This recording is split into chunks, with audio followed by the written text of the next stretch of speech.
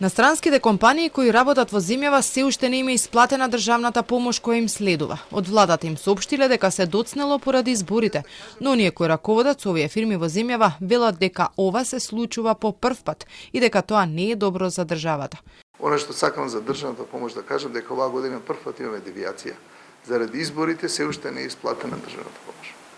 12 години се исплаќа државна помош на време и имало не знам колку избори, никогаш не дошло до доцнење. Оваа година прв пат не се исплаќа со информација дека тоа заради локалните избори. Тоа е нешто што мислам дека не и треба на Македонија. Инвеститорите кои подолго време работат тука веќе почнаа да ги чувствуваат последиците од кризата во Германија, нашиот најголем партнер за кого работат.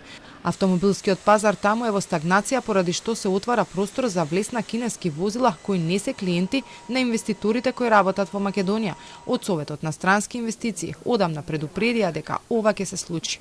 Царините кои се поведоа од страна на Трамп за пред се премиум производителите на возила од Европа, каде што најголемите нивни пазари се во Соединетите американски држави, тие 15% дополнителна царина, претходно таа царина беше 2,5%, влијае потенцијално на продажбата на Мерцедес, на BMW, на Porsche, на Range Rover, на највисоките модели на овие производители.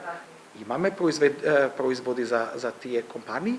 Поради глобалните проблеми, две поголеми компании, Аптив и Дура, се пред затворање на своите погони во зоната во Скопје.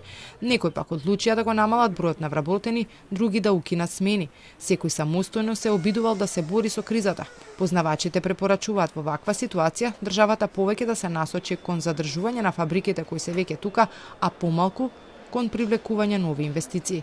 Според последните податоци на НБРМ, лани во првите 2 квартали, странските инвестиции изнесувале околу 560 милиони евра. Оваа година пак во истиот период се нешто над 220 милиони евра.